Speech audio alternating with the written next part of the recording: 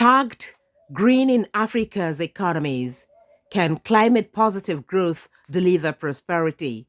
Professor Yemi Osibajo, Nigeria's former vice president, says Africa has the key ingredients to be a major climate action powerhouse, given the continent's enormous untapped green resources.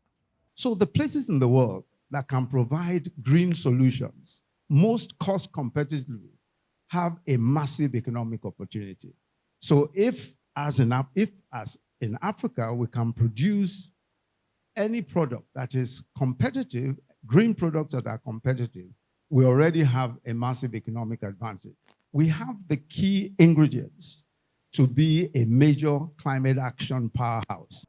The Chief S L Edu Memorial Lecture is a flagship advocacy tool of the Nigerian Conservation Foundation, aimed at bringing pertinent environmental issues to the fore while proffering solutions through renowned speakers.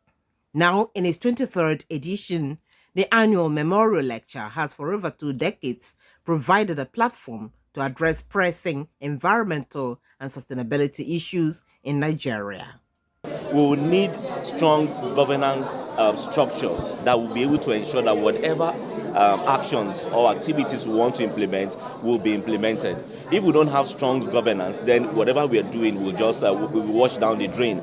In preparation for the next 5 years, this fresh strategic action plan was developed late last year for the period 2025 to 2030, and it was jointly developed by the board and management and facilitated by consultants.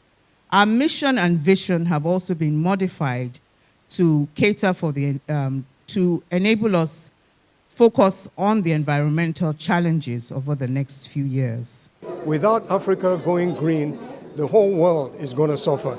And Africa needs to be encouraged to go green with her technology, with her agriculture, with everything. It has to be sustainable. The lecture also serves as an avenue to award grants to 2 PhD students whose research are in the field of environmental sciences in any Nigerian university.